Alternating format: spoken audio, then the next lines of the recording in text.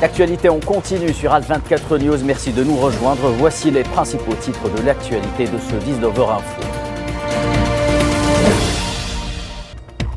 À moins de 48 heures de l'entrée en vigueur de l'accord de trêve à Gaza, l'entité sioniste poursuit ses massacres contre les civils en intensifiant des frappes.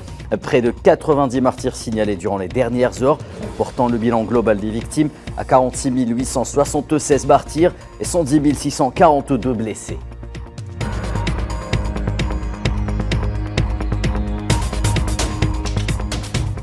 Au moment où l'Algérie préside une session Conseil de sécurité consacrée à l'UNRWA, retour dans ce journal sur 15 mois d'acharnement contre ce qui est aujourd'hui considéré par l'entité sioniste comme une véritable bête noire.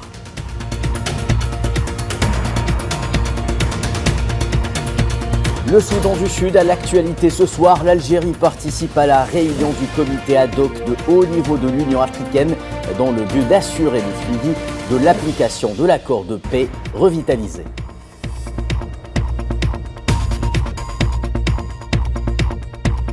Et en France, zoom sur Ariadne Lavrieux, journaliste. Elle risquait 5 ans de prison pour un travail d'investigation. Elle échappe ce soir de justesse à une mise en examen dans ce dossier.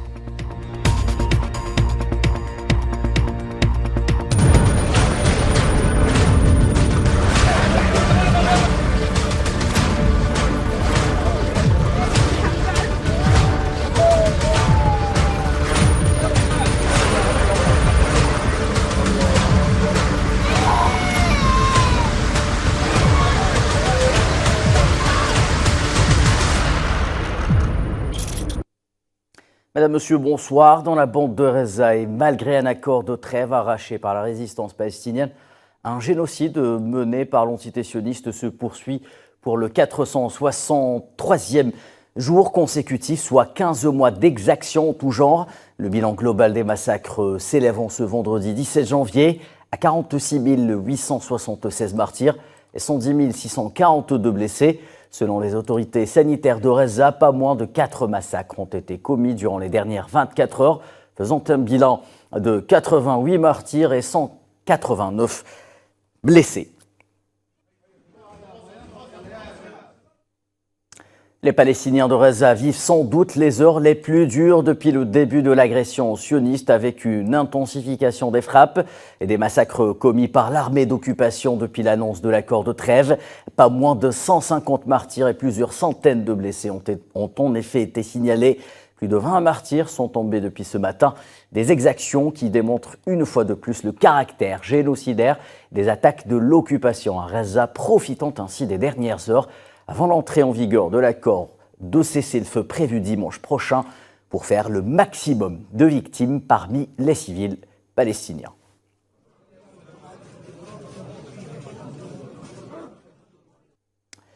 Je vous en parlais à l'instant. Titre à la demande de l'Algérie, le Conseil de sécurité a tenu ce vendredi des consultations à huis clos sur la situation de l'Office de secours et de travaux des Nations Unies pour les réfugiés de Palestine, UNRWA, qui fait face à une menace d'interdiction sioniste imminente à Gaza et en Cisjordanie occupée. Lors de cette réunion à laquelle l'Algérie intervient en sa capacité nationale, les membres du Conseil devraient exprimer leur inquiétude quant à l'impact de la menace de l'interdiction sioniste sur la capacité de l'UNRWA à remplir son mandat dans les territoires palestiniens occupés. L'Algérie, qui préside le Conseil de sécurité pour le mois de janvier, avait demandé au commissaire général de l'UNRWA, Philippe Lazzarini, d'informer les membres du Conseil de la situation qu'endure son organisation face à l'agression sioniste génocidaire dans les territoires palestiniens occupés, notamment à Gaza, depuis octobre 2023, et aux menaces d'interdiction. À noter enfin que, à la demande de l'Algérie et de la Russie, le Conseil de sécurité tiendra jeudi prochain une réunion consacrée à la situation des enfants à Gaza suite aux crimes commis par l'entité sioniste dans les territoires palestiniens depuis plus d'une année.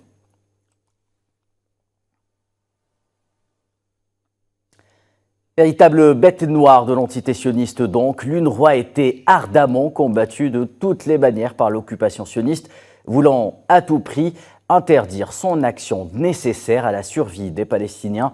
À l'image de Gaza, l'UNRWA et ses membres auront vécu Des mois de supplice face à une armée déterminée à éliminer tout espoir de vie dans l'enclave palestinienne. La présence de l'Office de secours et de travaux des Nations Unies pour les réfugiés de Palestine dans le Proche-Orient, l'UNRWA, a été un pilier central de l'aide humanitaire pour les réfugiés palestiniens.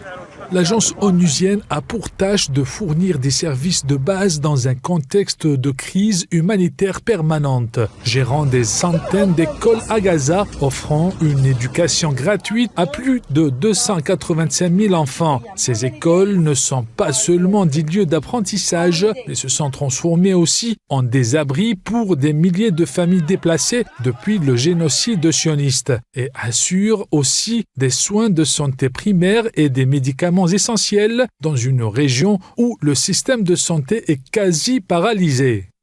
Avec un taux de pauvreté et de chômage parmi les plus élevés au monde, l'UNRWA distribue de la nourriture, des produits de première nécessité et une aide financière à des centaines de milliers de familles palestiniennes. Depuis l'intensification de la guerre contre Gaza en octobre 2023, l'UNRWA a été la cible d'attaques directes et indirectes de l'armée sioniste. Ces écoles et infrastructures utilisées comme abris par des milliers de civils, ainsi que ces entrepôts et ces bureaux ont été touchés à plusieurs reprises. Selon les rapports de l'agence, ces installations ont été attaquées au moins 50 fois depuis le début du conflit. Ces attaques ont causé des pertes en vie humaine, des blessures parmi le personnel et les réfugiés.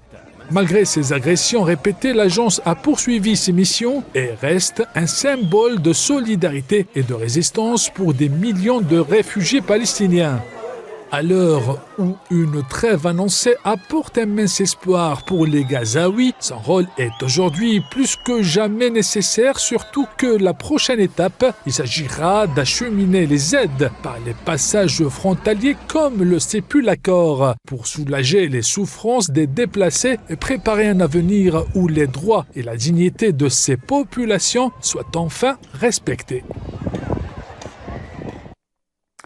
Et depuis l'annonce de l'accord de trêve, les réactions s'enchaînent. L'ONG Amnesty International a insisté sur la levée rapide du blocus illégal imposé par l'entité sioniste à Gaza.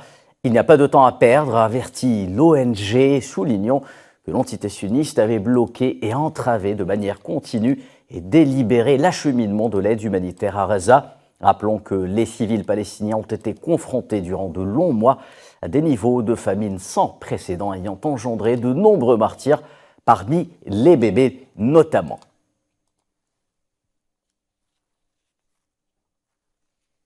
Réaction à l'accord de cessez-le-feu toujours, l'Union africaine salue et appelle à sa mise en œuvre immédiate et intégrale pour un retour de la paix en Palestine. Dans un message publié jeudi sur les réseaux sociaux, le président de la Commission de l'Union africaine, Moussa Faki Mahamat, a salué l'accord de cessez-le-feu à Gaza ainsi que le rôle crucial joué par les médiateurs internationaux. Faki a affirmé en effet que l'UA appelle à la mise en œuvre immédiate et intégrale de cet accord pour la justice et la paix régnant pour le peuple de Palestine.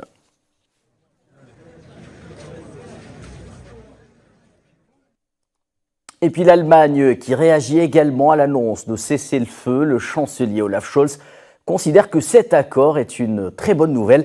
Il appelle à davantage d'aide pour soulager les terribles souffrances de la population civile palestinienne.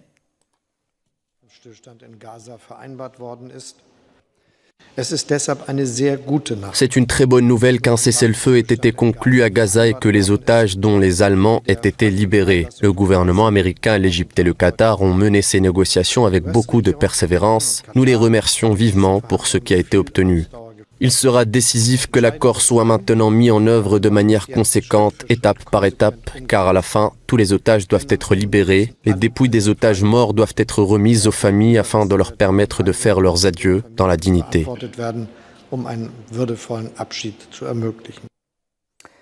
Et malgré la neige et le froid hivernal glacial, les Canadiens, des centaines de Canadiens se sont rassemblés devant le consulat de l'entité sioniste à Toronto pour demander la fin de l'agression sur Gaza. Des slogans de soutien inconditionnel à la Palestine ont été repris tout au long de la manifestation.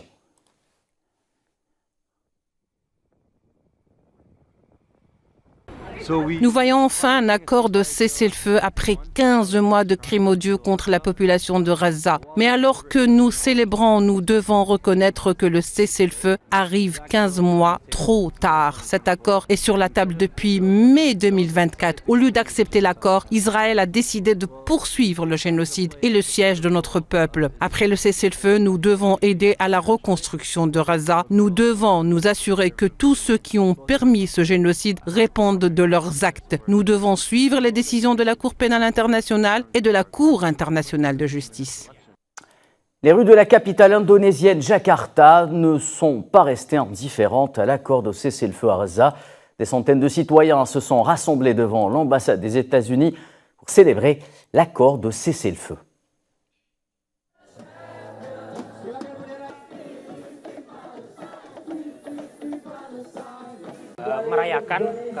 Nous sommes ici pour célébrer la victoire de nos frères et sœurs de Gaza grâce à l'accord de cessez-le-feu conclu par le Qatar, les États-Unis et l'Égypte bien sûr. Cela rend nos frères et sœurs de Gaza en Palestine heureux et joyeux car une partie de l'accord prévoit la libération de certains prisonniers palestiniens.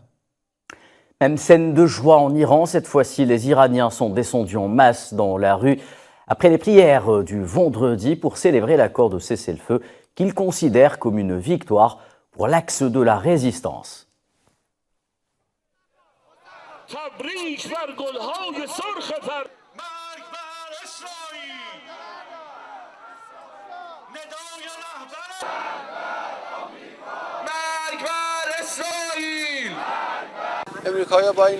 Grâce à ce cessez-le-feu, l'aide humanitaire peut entrer à Gaza et n'est plus bloquée à Rafah en Égypte.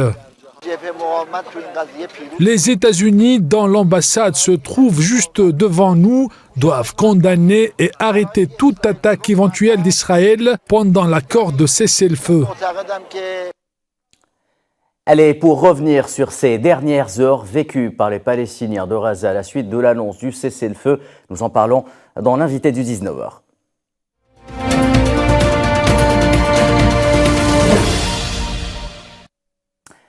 J'ai le plaisir d'accueillir Madame Dominique Cochin, avocate au barreau de Paris, présidente de l'association Avocats pour la justice au Proche-Orient, ainsi que Karel Verekel, vice-président du Parti français Solidarité et Progrès. Madame, Monsieur, bonsoir et bienvenue. Bonsoir.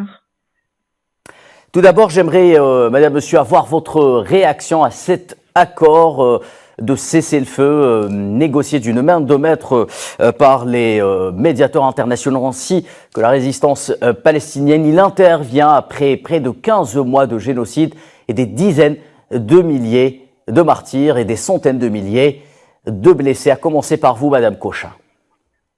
Écoutez, forcément, on a envie de se réjouir en se disant que enfin on va voir peut-être le bout du tunnel, et on pense aux civils qui souffrent depuis des mois, comme vous l'avez rappelé. Néanmoins, et pour autant, pour ce qui me concerne, compte tenu de la longueur de mon implication dans la question palestinienne, je suis toujours d'une prudence extrême. J'attends de voir ce que sera la mise en œuvre véritable. Ce que je souhaite, c'est que ce cessez-le-feu ne soit pas que la fin des bombardements sur Gaza, mais soit aussi respecté en ce qui concerne les approvisionnements, l'entrée des camions. Et de ce point de vue, j'aimerais rappeler quand même ce que prévoit le droit humanitaire. Dans cet accord, j'ai compris que l'un des paramètres de l'accord, c'est que Israël laisse entrer les camions de vivres, les secours humanitaires. Mais ce qui pèse et l'obligation qui pèse sur Israël, ce n'est pas de laisser entrer ces secours. Son obligation en tant que force occupante, c'est d'assurer elle-même le bien-être de la population qu'elle occupe. Donc, on est loin, très loin encore du respect du droit humanitaire, y compris dans le cadre de ce cessez-le-feu. Ensuite, il y a un principe a priori d'échange de prisonniers qui se fera avec une certaine progressivité. Et là encore, je reste dubitative, malheureusement, parce qu'on l'a vu par le passé, les échanges de prisonniers, ça aboutit à la libération de très nombreux prisonniers palestiniens, et on en arrête des fois 2 fois plus très peu de temps après. Merci Madame Cochin. Monsieur Verekel, le drame des Palestiniens, c'est ces frappes et ces exactions qui se poursuivent avec une certaine intensité depuis l'annonce de cet accord qui devrait, je le rappelle, entrer en vigueur dimanche prochain. Comment expliquer justement cette nouvelle escalade de la part de l'armée d'occupation qui cherche vraisemblablement à faire le maximum de victimes parmi les civils palestiniens avant l'entrée en vigueur de cet accord de trêve? Oui, je pense que, en dehors de tous les jugements et les commentaires qu'on peut faire, le constat, c'est qu'il y a un changement de dynamique. Et la question maintenant, c'est pas de distribuer des bons et des mauvais points, mais de nous mobiliser, nous, citoyens éclairés de pays qui veulent un monde meilleur et civilisé, pour que ce soit pas juste un cessez-le-feu, mais que ce soit éventuellement l'accouchement, effectivement, dans la douleur, d'un véritable état qui est la base d'une paix durable.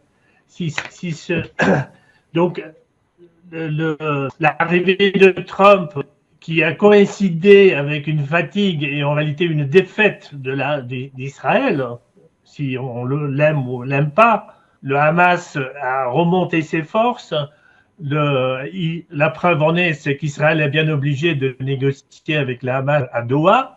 Donc, il y a des milliers et des centaines de milliers d'Israéliens qui partent d'Israël parce que la situation est absolument intenable. Donc, en fait, la question maintenant, c'est est-ce que, au lieu de subir évidemment toutes les imperfections, et je suis d'accord avec Madame qu'au niveau humanitaire, chaque peut sauver, il faut absolument la sauver et que l'aide humanitaire doit arriver, mais en même temps, nous devons nous battre pour que cette cessez-le-feu puisse réellement être transformé dans une paix durable. Et je pense qu'il y a une occasion avec Trump, pour laquelle j'ai beaucoup de sympathie en tant que tel, puisqu'il veut ramener l'Arabie Saoudite dans le giron de la zone d'influence américaine, et que pour les Saoudiens aujourd'hui, s'il n'y a pas d'État palestinien, il n'y aura pas de retour aux accords d'Abraham, et c'est absolument inacceptable. Donc Trump, il est ce qu'il est, c'est la paix par la force. Pour une fois, on a un président américain qui menaçait les Israéliens de sanctions, et c'est pour ça qu'il y a eu le cessez-le-feu. J'espère que le gouvernement israélien soit changé et que la société israélienne change. Et après, c'est à nous de ramener la question de l'eau, le plan Oasis, le partage de l'eau, le développement régional, et un État palestinien comme base d'une paix durable. C'est ça la chose maintenant à bâtir. Merci Monsieur Verekel. Madame Cochin, permettez-moi d'insister justement sur cette nouvelle escalade menée par l'armée d'occupation lorsqu'on, bien entendu, s'avance dans le chemin d'un cessez-le-feu. Comment expliquer justement le fait de faire au moins 150 martyrs depuis l'annonce de cet accord justement alors qu'on est censé entrer dans un processus de paix? Mais écoutez, je pense que malheureusement votre question comportait une grande partie de la réponse. On a effectivement l'impression que c'est le baroud d'honneur. Entre guillemets, hein, parce que c'est pas forcément très honorable. Le baroud du déshonneur, peut-être. Voilà, mais effectivement, on a un peu cette impression que ça ne satisfait pas forcément les forces sur le terrain, hein, que l'annonce de ce cessez-le-feu, et qu'on tire un maximum partout où on peut tirer, parce que dimanche, la chasse est finie. Oui. Et c'est la fermeture de la chasse. On a un peu cette impression, parce qu'effectivement, ce n'est pas pertinent lorsqu'on est en train de négocier, lorsqu'on annonce la libération des otages, de tirer à nouveau sur des civils, parce que une fois de plus, et malheureusement, comme ça a été beaucoup trop souvent le cas, on tire sur les civils et pas du tout sur des bases militaires. Merci Madame Cochin. Monsieur Verreckel, parlons un peu, si vous le voulez bien, de l'aspect humanitaire de cet accord. L'on s'attend justement à une ouverture du point de passage de Rafah entre la Palestine, Gaza d'une part et l'Égypte. Est-ce que la communauté internationale doit faire ce qu'elle n'a pas fait auparavant pour permettre une entrée massive d'aide humanitaire, car la situation à Gaza, vous l'avez dit, est plus qu'urgente? Je pense que effectivement la question des frappes qui continuent, c'est un problème énorme. Et tant qu'il n'y a pas la cessation de ces frappes, des aides humanitaires, ceux que j'ai entendus, Médecins sans frontières et d'autres, ceux qui sont mobilisés, les camions sont là. Évidemment, il faut bien faire beaucoup plus, amener des soins médicaux, l'eau, l'assainissement des eaux usées, etc. Tout doit être reconstruit. On a terrassé au bulldozer des régions entières et les gens survivent sous des bâches dans des conditions horribles. Donc, mais ce qu'il faut, c'est transformer le cessez-le-feu dans une paix durable. Et effectivement, essayons de tout faire pour qu'à partir de dimanche, il n'y a plus de frappes. Parce que tant qu'il y a des frappes, les humanitaires ne retourneront pas. Ils ne pourront pas opérer dans des conditions de sécurité pour faire le nécessaire. Madame Cochin, justement, la poursuite de ces frappes sionistes sur les civils à Gaza, ne craignez-vous pas tout simplement qu'elle fasse, entre guillemets, capoter un accord et qui est pour l'instant fragile, car les mauvaises intentions de l'entité sioniste par rapport à ce qui se passe dans la région sont maintenant démontrées. Comment l'entité sioniste pourrait-elle justement se défendre face à la communauté internationale en disant, en avançant cette thèse, cette théorie justement que l'entité sioniste doit en effet se défendre contre Gaza lorsqu'elle en fait la démonstration contraire sur le terrain? Déjà, le droit n'autorise pas à l'agresseur de se revendiquer en état de légitime défense. Je pense, alors je ne sais pas ce qui va se passer, évidemment, dans l'avenir, mais que à partir de dimanche, on peut quand même espérer une cessation des bombardements, en tous les cas des bombardements intensifs, parce que Israël veut toujours avoir cette position de victimaire. Et dans cette position victimaire, elle ne peut pas, sous les yeux des caméras, être celle qui, de manière ostentatoire, évidente, brise ce cessez-le-feu. Ma crainte, ça va davantage aller du côté de l'approvisionnement. Vous voyez, l'UNRWA, Israël tente d'empêcher l'UNRWA de travailler, mais si l'UNRWA ne peut pas travailler, si les associations ne peuvent pas rentrer avec leurs camions, on a vu ce groupe qui se faisait appeler Tsav 9, qui bloquait tous les quelques camions qui s'apprêtaient à entrer dans la bande de Gaza, des civils, y compris des Français, puisque notre association a déposé plainte contre puisque là on a une règle de compétence, puisque c'était pour certains d'entre eux des Français, et nous avons l'initiative de déposer plainte contre eux en France. Si à nouveau on est confronté à ce genre de situation avec l'armée israélienne qui ne fait rien pour empêcher ces personnes de bloquer les camions, effectivement toute la partie aide humanitaire avec des centaines de camions qui devraient maintenant pouvoir rentrer, elle sera à nouveau bloquée, parce qu'un génocide, ça ne se fait pas qu'en bombardant, qu'en tuant, mais c'est aussi la destruction des conditions de vie. Il ne faut pas l'oublier. Donc, c'est pas parce que les bombardements vont s'arrêter que si aucune mesure véritablement pertinente pour permettre à la population de vivre dans des conditions humainement acceptable que ça mettra fin au génocide. Non, pour mettre fin au génocide, il faut que les Palestiniens puissent vivre dans des conditions humainement acceptables de soins, de nourriture, d'alimentation. Et là, pour l'instant, tout est devant nous et on est dans l'expectative. Monsieur Verekel, on l'a vu tout au long de ces 15 mois de génocide donc sioniste à Gaza, des tentatives d'instaurer un cessez-le-feu ont été initiées par de nombreux pays, parmi eux l'Algérie. Pourquoi avoir attendu le mois de janvier 2025, d'après vous, pour justement s'asseoir autour d'une table et arriver à un résultat concret? Des tentatives, je le rappelle, ont été entreprises par les médiateurs tout au long de ces 15 mois. N'avez-vous pas l'impression qu'on a tout simplement perdu du temps et surtout des vies humaines? Oui, c'est-à-dire le même Joe Biden qui aujourd'hui prétend que c'est lui qui a obtenu le cessez-le-feu. Depuis le mois de mai, cet accord est prêt, ça n'a pas été signé parce que c'est bien les États-Unis qui donnent l'argent et les armes pour continuer le génocide. Donc, je suis tout à fait d'accord et j'ai soutenu avec d'autres l'appel, notamment des Sud-Africains qui se sont associés à d'autres. Il y a quelques jours, il y a un dossier de 195 pages qui a été transmis à la Cour pénale internationale sur 8 dirigeants palestiniens, mais il y a des complicités.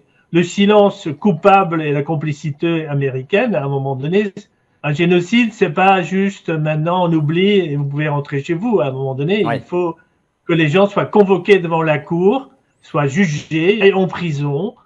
Et c'est un crime de guerre, c'est un crime contre l'humanité. C'est pas juste le non-respect des règlements. Donc la question, c'est que est-ce que les Nations Unies et nous collectivement, pays dits civilisés du monde occidental, est-ce que nous sommes capables d'appliquer les principes et les valeurs que nous prétendons encore avoir? Madame Cochin, justement, pour rebondir sur ce que M. Verekel vient de dire, pensez-vous que la communauté internationale doit faire un effort supplémentaire maintenant sur le plan du droit international pour tenter de traduire d'autres responsables politiques ou militaires sionistes devant les tribunaux notamment, qui jugent les crimes contre l'humanité? Alors, l'effort, évidemment, devrait être fait, mais la communauté internationale, en tout cas les pays d'Europe et les États-Unis, les pays occidentaux, ne sont pas prêts à faire cet effort. Vous avez peut-être entendu, en France, il y a des députés, et des sénateurs qui ont déclaré qu'il ne faudrait surtout pas émettre de mandat d'arrêt. Notre gouvernement, pas émettre de mandat d'arrêt, pardon, mais respecter les mandats d'arrêt émis par la Cour pénale internationale à l'encontre de 2 hauts dirigeants israéliens et qui appellent le gouvernement à ne pas le faire, et le gouvernement avait commencé à communiquer en indiquant qu'il y aurait des obstacles.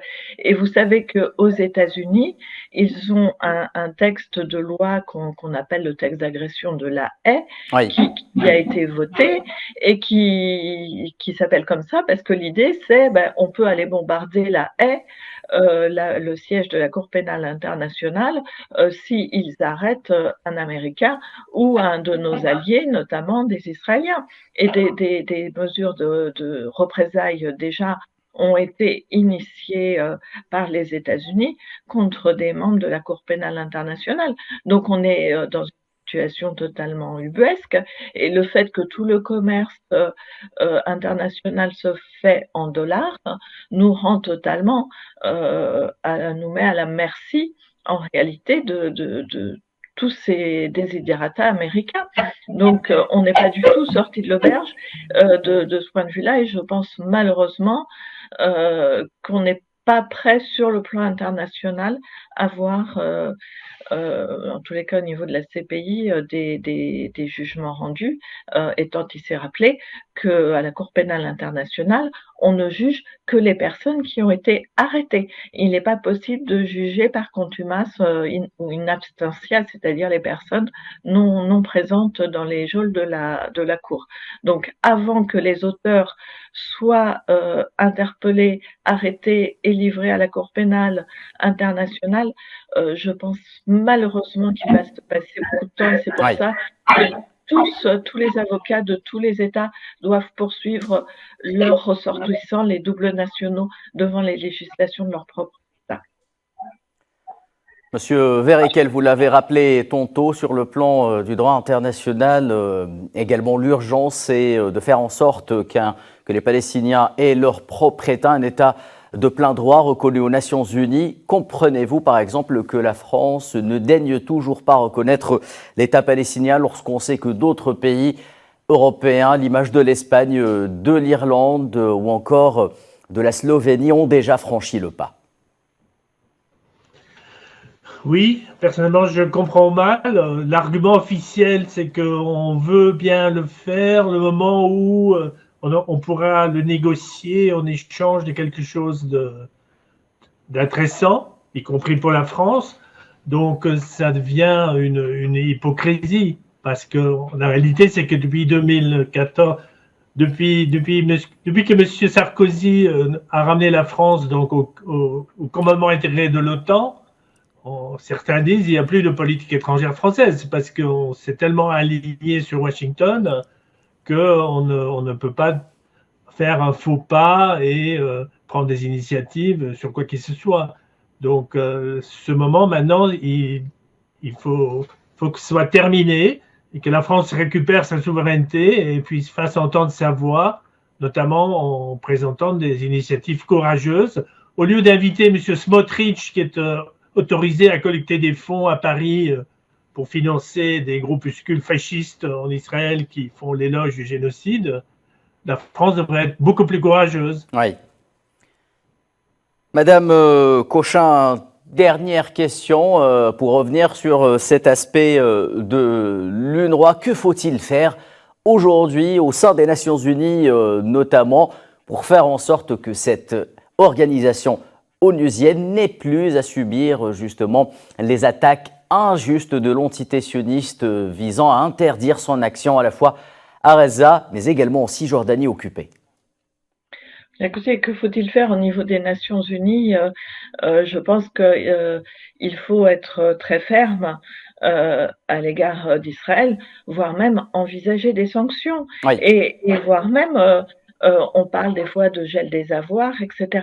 Comme je l'ai dit tout à l'heure, logiquement, ce n'est pas à l'UNRWA, ce n'est pas à nous, États occidentaux et autres d'ailleurs, puisque beaucoup d'États de par le monde aident et financent l'UNRWA.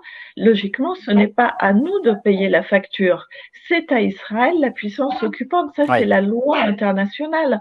Donc, on devrait partout geler les avoirs israéliens pour financer ce qu'il y a à financer. Peut-être qu'ils comprendraient ce qui leur incombe comme responsabilité. Mais malheureusement, qu'est-ce qui se passe en France? On gèle, les autorités françaises vont geler des avoirs d'associations qui collectent des fonds pour aider la population civile gazaoui en disant financer le terrorisme ou je ne sais quoi. Donc, et de même, les accords, même sans aller aux Nations Unies au niveau de l'Europe, on a un accord de coopération économique avec Israël, extrêmement avantageux pour Israël. Il a été voté la suspension de ces accords, tout comme l'Assemblée nationale avait voté la reconnaissance de Palestine. Les exécutifs ne respectent aucunement le vote du populaire, en fait. Et on est confronté et on se voit imposer une complicité avec Israël parce que la France est finalement complice et nous, citoyens français, on s'en désole, mais on nous impose cette complicité. Et c'est d'ailleurs la raison pour laquelle nous prenons tous le boycott des produits israéliens parce qu'il faut aller vers les sanctions économiques partout dans le monde. Merci Madame Dominique Cochin. Je rappelle que vous êtes présidente de l'association Avocats pour la justice au Proche-Orient. Merci à vous également Monsieur Karel Verekel, vice-président du parti Solidarité et Progrès. À très bientôt. Merci, au revoir. Merci à vous.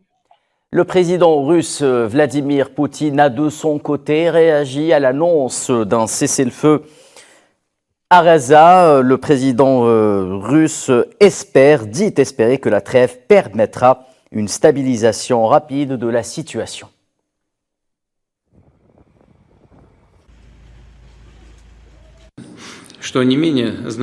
Et tout aussi important, l'opportunité s'ouvre pour augmenter de manière significative le volume de nourriture, de carburant et de médicaments fournis à Gaza. Tout cela contribuera, espérons-le, à améliorer la situation humanitaire et à stabiliser le secteur à long terme. Dans le même temps, il est important de ne pas affaiblir les efforts visant à un règlement global au conflit israélo-palestinien sur une base juridique internationale globalement reconnue.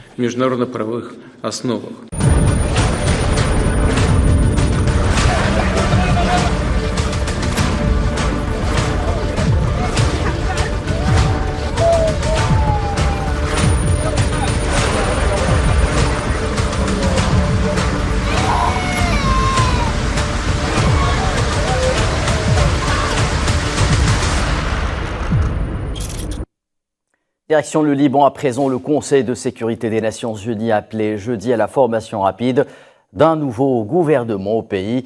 Une étape cruciale pour la stabilité du pays et de la région après l'élection d'un président. Saluant l'élection justement le 9 janvier de Joseph Aoun à la présidence du pays qui a mis fin à une vacance de plus de 2 ans au sommet de l'État et la nomination de Nawaf Salem comme Premier ministre, le Conseil de sécurité encourage ses nouveaux dirigeants à former rapidement un gouvernement.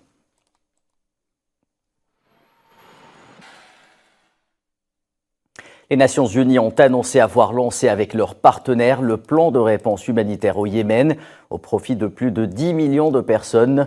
Pour l'année 2025, Farhan Haq, porte-parole adjoint des Nations Unies, a déclaré lors d'un point presse que le plan de cette année vise à collecter 2,5 milliards de dollars pour fournir une aide vitale à 10,5 millions de personnes parmi les plus vulnérables, notamment de la nourriture, de l'eau potable et des soins médicaux.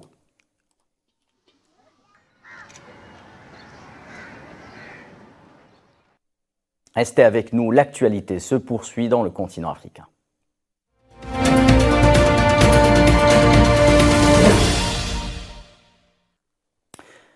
Le ministre des Forces armées sénégalais Birban Diop a affirmé que l'Algérie et le Sénégal ont exprimé leur volonté d'œuvrer pour renforcer davantage leurs relations bilatérales dans divers domaines. Dans une déclaration à l'issue de l'audience que lui a accordée hier le président algérien Abdelmadjid Tebboune, Birban Diop, envoyé spécial du président sénégalais Diomaye Faye, a indiqué que son pays souhaitait renforcer ensemble la relation avec l'Algérie pour qu'elle soit au plus haut niveau possible. Durant l'entretien, nous avons passé en revue les grandes lignes de la relation entre l'Algérie et le Sénégal et nous avons convenu que cette relation était de très bonne qualité en mettant l'accent sur la nécessité de travailler ensemble, main dans la main, pour l'améliorer, la diversifier et l'élargir, notamment dans les domaines de l'éducation et de la formation de nos cadres et des hydrocarbures. Renforcer ensemble la relation avec l'Algérie pour qu'elle soit au plus haut niveau possible. Ceci n'est pas très difficile du fait que nous partageons avec l'Algérie beaucoup d'idéaux, d'abord sur le besoin de souveraineté que nous partageons ensemble, pouvoir décider pour soi-même, décider par soi-même. La souveraineté est le capital pour les nouvelles autorités africaines sénégalaises, mais également pour les autorités algériennes. L'Algérie et le Sénégal sont aussi 2 pays qui tiennent beaucoup à la solidarité internationale parce que nous avons des biens collectifs à préserver et cela n'est possible que si nous nous donnons la main au plan international, mais également le Sénégal et l'Algérie tiennent beaucoup à l'intégration africaine et qui dit intégration dit besoin de disposer d'institutions fortes, d'institutions suffisamment bien dotées de capacités avec le personnel dont elles ont besoin, un personnel bien formé, un personnel dont la connaissance et la vision sont fondamentales. Et là également, l'Algérie et le Sénégal sont aussi deux pays qui tiennent beaucoup à la solidarité internationale et à l'intégration africaine et ont décidé de se donner la main pour faire en sorte que toutes les institutions africaines soient capables d'accompagner leurs États dans l'atteinte des objectifs qu'ils se sont assignés. La secrétaire d'État auprès du ministre des Affaires étrangères algérien chargé des Affaires africaines, Selma Berta Mansouri, a participé à la réunion du comité de haut niveau de l'Union africaine sur le Soudan du Sud, C5, qui s'est tenu dans la capitale Juba, dans le but de suivre la mise en œuvre de l'accord de paix revitalisé et de renforcer la coordination avec les partenaires régionaux et internationaux pour soutenir la stabilisation de ce pays et parvenir à la paix et au développement durable. La réunion a également vu une participation de haut niveau de représentants d'organisations et de partenaires clés, notamment l'autorité intergouvernementale pour le développement IGAD, la mission des Nations Unies au Soudan du Sud, MINUS, et le mécanisme conjoint de suivi et d'évaluation pour la mise en œuvre du plan revitalisé, accord de paix, en plus des ambassadeurs accrédités des pays africains au Soudan du Sud. Un couvre-feu nocturne a été ordonné au Soudan du Sud après qu'une manifestation ait dégénéré en pillage de commerces appartenant à des Soudanais jeudi soir dans la capitale Juba. Et ces mesures additionnelles visent, selon l'inspecteur général de la police nationale, à prévenir toute violation de propriété publique ou privée. Une manifestation avait, pour rappel, été organisée à Juba jeudi soir pour protester contre des informations faisant état du meurtre récent de 29 citoyens sud-soudanais à Oued Madani dans l'état d'El Jazira, au Soudan voisin.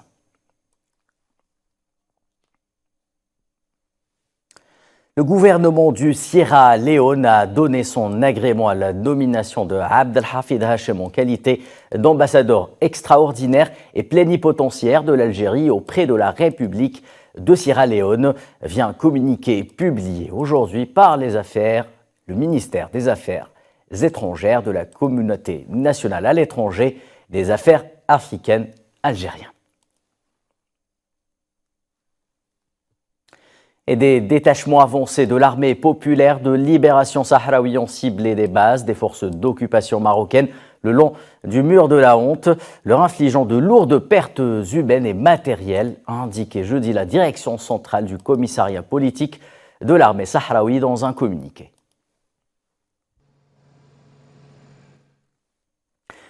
Actualité en Afrique toujours, la mystérieuse maladie qui sévit en République démocratique du Congo est due au paludisme grave sur fond de malnutrition.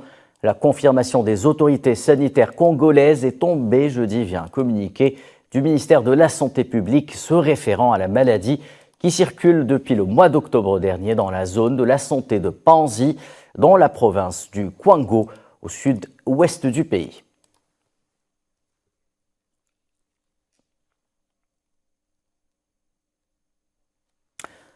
Dans le reste de l'actualité, direction la France, où les voix racistes et xénophobes continuent de s'attaquer à l'Algérie, au moment où une journaliste française faisait aujourd'hui face à un juge et risquait une mise en examen, une peine de 5 ans de prison, rien que pour avoir enquêté et publié des articles de presse sur des activités douteuses de l'État et de l'armée française. L'affaire, pourtant importante sur le fond, est boudée, marginalisée par les médias français, car pas assez sensationnelle. Ariane Lavrieux, une journaliste française du journal en ligne Disclose, a enquêté et publié en novembre 2021, aux côtés de 3 collaborateurs, une série d'articles sur la vente d'armes par l'État français à la Syrie et sur une opération militaire secrète de la France en Égypte.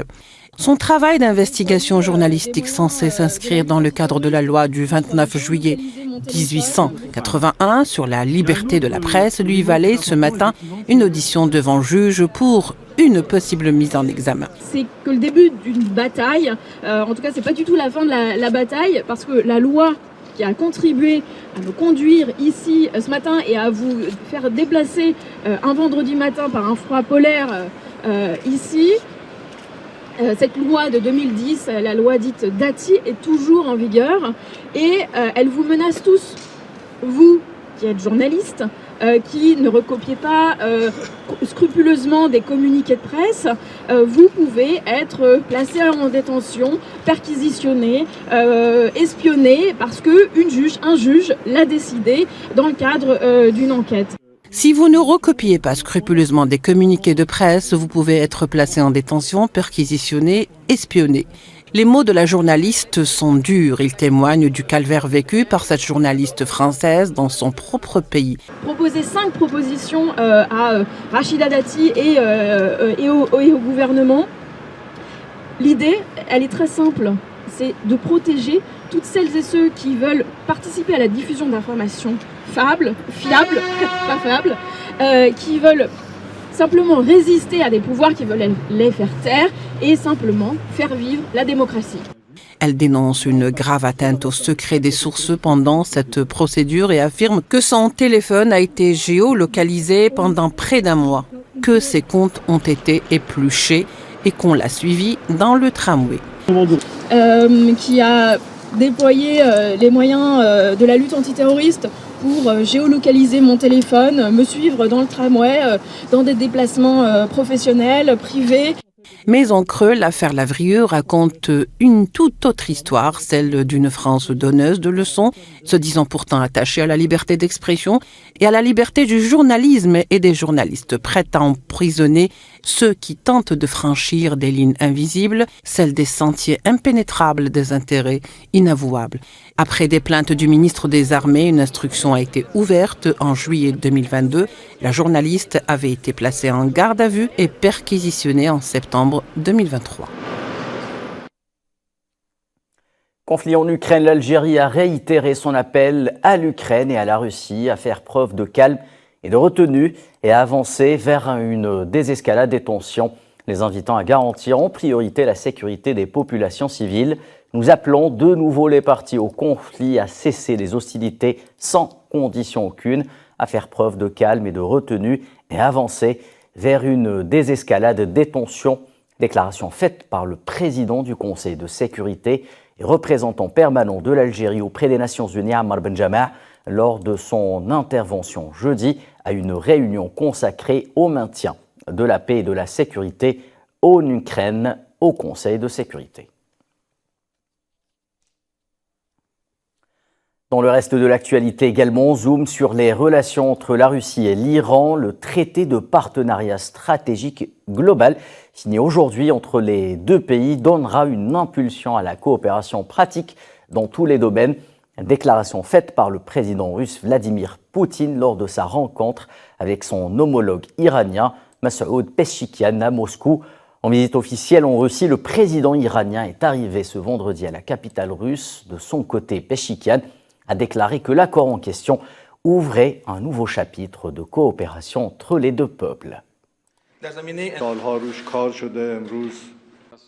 L'accord de partenariat stratégique est important parce qu'il nous donnera l'occasion de donner un nouvel élan à presque tous les domaines de notre coopération. Et cet accord stratégique global préparé depuis des années sera signé aujourd'hui et dans tous les domaines de la sécurité économique, culturelle et commerciale nous permettra d'accroître et renforcer les relations les uns avec les autres. Les autorités chinoises avertissent que l'économie du pays continue de faire face à des obstacles et des défis, alors que la croissance est à son rythme le plus faible depuis 3 décennies, hors période Covid. Nous devons être conscients que les effets défavorables dus à l'environnement extérieur augmentent, déclare le Bureau national des statistiques chinois.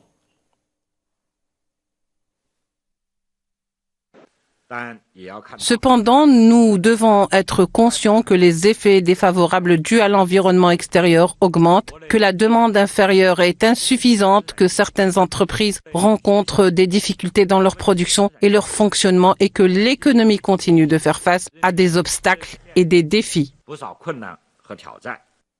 Et à quelques jours de son investiture, le nouveau président élu américain Donald Trump s'est entretenu aujourd'hui au téléphone avec le président chinois Xi Jinping, un appel qui intervient dans un contexte de crispation des relations bilatérales, notamment à la suite de l'annonce par le nouveau locataire de la Maison-Blanche dans son programme électoral de l'instauration de nouvelles barrières tarifaires et douanières face aux produits chinois. Trump salue un très bon appel avec le dirigeant chinois et déclare s'attendre à ce que les deux parties puissent résoudre de nombreux problèmes ensemble, et ce, dès maintenant.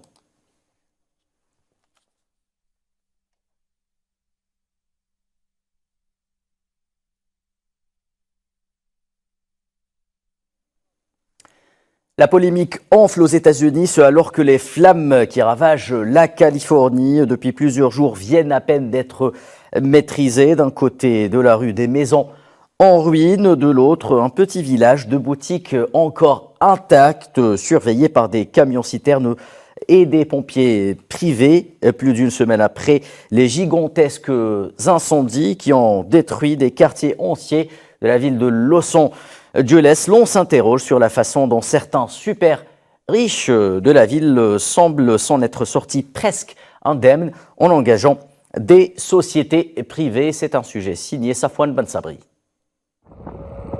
Dans ces rues de Los Angeles, le contraste est flagrant. D'un côté de la rue, des maisons dont il ne reste que les ruines. De l'autre, un petit village de magasins encore intact, protégé par les compagnies de pompiers privés. Dans ce quartier huppé de la deuxième plus grande ville américaine, les pompiers de la ville ont échoué à protéger les habitations, mais le milliardaire Rick Caruso a sauvé son centre commercial en engageant des sociétés privées. Mais à Pacific Palisades, QG des célébrités d'Hollywood et des ultra-riches, il n'est pas le seul à avoir tout tenté contre les flammes. D'autres pompiers privés montent la garde devant certaines villas de milliardaires qui, elles, sont restées indemnes. Le personnel de ces entreprises privées se fait discret, car au milieu de la catastrophe ayant tué au moins 27 personnes, leur présence pour protéger des enseignes de luxe fait scandale. C'est quelque chose que les gens peuvent faire. Cela implique évidemment des dépenses supplémentaires. Souvent, ce n'est pas fait gratuitement.